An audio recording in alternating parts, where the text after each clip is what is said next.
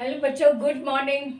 कैसे हैं आप? उम्मीद करती हूँ सब अच्छे हैं और मौसम का आनंद ले रहे हैं। मौसम बदल रहा है, सर्दी शुरू हो रही है धीरे धीरे, तो अपना ध्यान रखें, कपड़े पूरे पहने।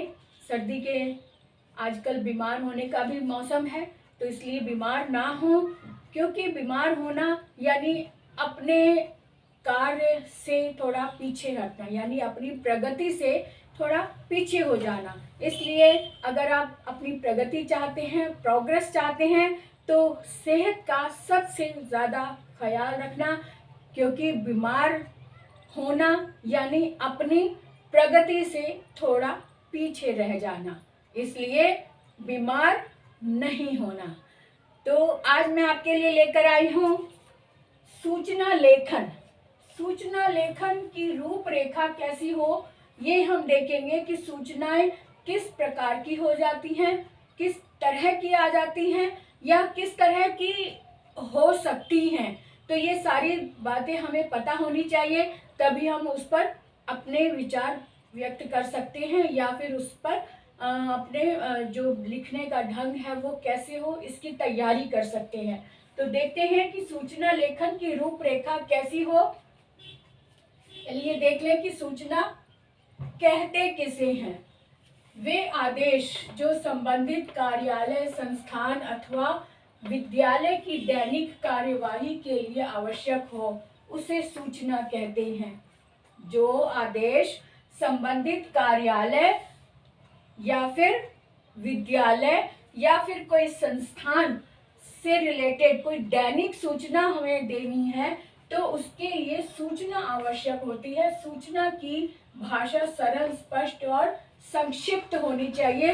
संक्षिप्त का मतलब है कि नपे तुले शब्द होने चाहिए, कोई भी एक्स्ट्रा बात नहीं होनी चाहिए। जितनी बात हमें कहनी है सूचना में, बस उतने ही शब्द हों, कोई एक्स्ट्रा हमें कहानी नहीं सुनानी है वहाँ पर। तो इस तरह की होनी चाहिए सूचना लेखन। और उसके बाद देखते हैं कि इसके क्या क्या रूप हो सकते हैं, किस तरह की सूचनाएं हो सकती हैं। प्रयोग के आधार पर सूचना अनेक प्रकार की हो सकती है, जैसे किसी संस्थान, विद्यालय या कार्यालय द्वारा जारी सूचना। दूसरा है निविदा सूचना, तीसरा है नीलामी सूचना आदि। ठीक है, अब देखते हैं जब कोई सरकारी कार्य करवाने या सरकारी उपयोग हेतु सामग्री क्रय, या क्रय का मतलब बेचना, बेचने के लिए जब सक्षम पक्षों को सूचना प्रसारित की जाती है, उन्हें निविदा सूचना कहते हैं, है ना। जब कोई सूचना किसी वस्तु के क्रय करने के लिए यानी बेचने के लिए कोई सूचना जारी की जाती है, तो ऐसी सूचना को निविदा सूचना कहते हैं। आगे देखें, तथा किसी वस्तु के विक्रय हेतु, विक्रय यानी बेचने के लिए जब सूचना प्रसारित की जाती है, तो उसे बोली लगाना या फिर नीलामी सूचना कहते हैं। ठीक है ना। खरीदने के लिए निविदा सूचना, और किसी के बेचने के लिए, वस्तु को बेचने के लिए नीलामी या फिर बोली लगाना, उसको बोली लगाना भी बोलते हैं या फिर नीलामी सूचना भी बोलते हैं। तो ये हमें पता होना चाहिए। आगे देखें, किसी संस्थान, विद्यालय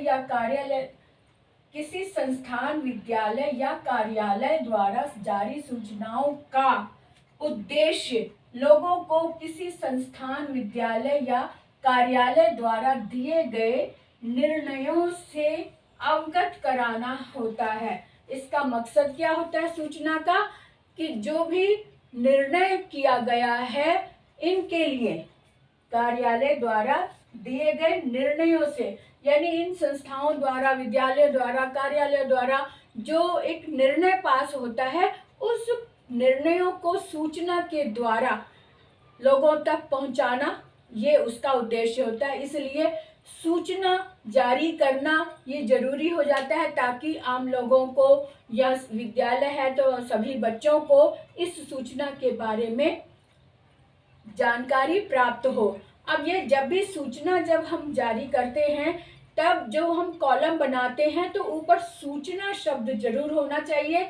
सूचना होगा लिखा हुआ तभी लोग पढ़ेंगे कि सूचना किस बात की सूचना है। इसलिए जब भी सूचना लेखन लिखें तो ऊपर सूचना शब्द जरूर लिखें।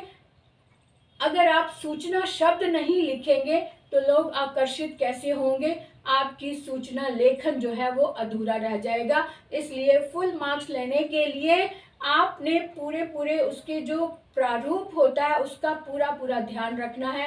कॉलम कैसा होना चाहिए, कहाँ पर क्या लिखना है, डेट कहाँ लिखनी है, एड्रेस कहाँ लिखना है, ये पूरी बात, पूरी जानकारी आपको होनी चाहिए। तो ये प्रारूप, ये रूपरेखा हमने बताई कि किस तरह से होनी चाहिए। और अब हम बताएंगे कि सूचना का प्रारूप यानी कि सूचना लिखते कैसे हैं। तो बच्चों, हम सूचना लेखन इस तरह से तैयार करेंगे। अगर प्रश्न इस तरह से आया है, इसकी सूचना कैसे तैयार होगी, इस बारे में हम जानेंगे। प्रश्न है, बाल दिवस के अवसर पर विद्यालय में सांस्कृतिक कार्यक्रम आयोजित किए जा रहे हैं। इस कार्यक्रम संबंधी सूचना तैयार करें। आप विद्यालय के सचिव हैं, सूचना लगभग 80 शब्दों में तैयार कीजिए। ये प्रश्न आया है जिसकी सूचना हम इस तरह से तैयार करेंगे। इसके लिए कॉलम बनाना बहुत जरूरी है। सबसे पहले आप एक रेक्टेंगल कॉलम बना लेंगे और नीचे वाली लाइन तब ड्रॉ करेंगे जब ये पूरा हो जाएगा। तो क्योंकि इसका अंदाजा हो जाता है कि कितना स्पेस हमें और चाहिए। तो 3 तरफ तो हमने लाइन खींच ली। अब जो नीचे वाली लाइन है, जब ये कंप्लीट हो जाए तब आप नीचे वाली लाइन को खींचकर क्लोज करेंगे। इस बात का आप ध्यान रखें। तो इस तरह से है अ ब स, क्योंकि विद्यालय का नाम हम नहीं लिखेंगे क्योंकि ये हम परीक्षा में लिख रहे हैं, परीक्षा भवन में बैठकर लिख रहे हैं, इसलिए कोई भी व्यक्तिगत सूचना इसमें नहीं दी जाती है। तो अ ब स विद्यालय, सूचना, दिनांक, इस तरफ हमने दिनांक लिखा। दिनांक जिस दिन भी परीक्षा का समय होगा, दिन होगा, उस दिन की आप दिनांक लिख देंगे। विद्यालय के समस्त छात्र छात्राओं को सूचित किया जाता है कि प्रत्येक वर्ष की तरह इस वर्ष भी विद्यालय में बाल दिवस पर एक रंगारंग सांस्कृतिक कार्यक्रम निम्न प्रकार से प्रस्तुत किया जा रहा है। अब इसकी विवरण जो है इस तरह से दिया है कि सुबह 10 बजे मुख्य अतिथि का आगमन और प्रधानाचार्य द्वारा भाषण, स्वागत भाषण। उसके बाद 10:30 बजे छात्र छात्राओं के एक समूह द्वारा स्वागत गान। फिर है 11 बजे छात्र छात्राओं द्वारा गीत संगीत का कार्यक्रम। फिर दोपहर, अपराह्न यानी दोपहर 12 बजे अल्प आहार।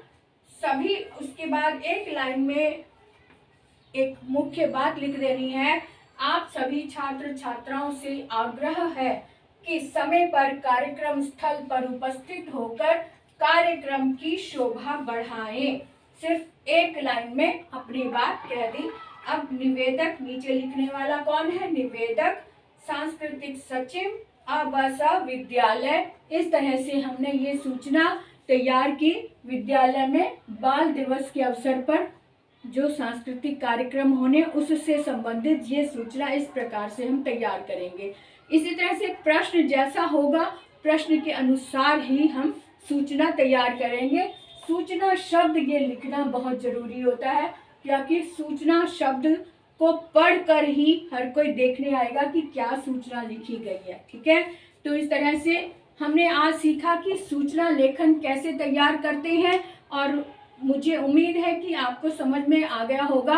और अगर नहीं भी आया या कोई और प्रश्न आपके सामने ऐसा है जो आपको क्लियर नहीं हो रहा कि उसको कैसे लिखना है, कैसे तैयार करना है, तो आप कमेंट बॉक्स में लिखकर जरूर बताएं। इससे पहले भी मैंने सूचना लेखन से संबंधित वीडियो बनाई हुई है, उसका लिंक भी इसमें मैं दे दूंगी, आप उन्हें भी देखें जरूर। तो आज का वीडियो यहीं विराम देते हुए हम आगे बढ़ते हैं अगले दिन की तैयारी में। तब तक के लिए बाय बाय।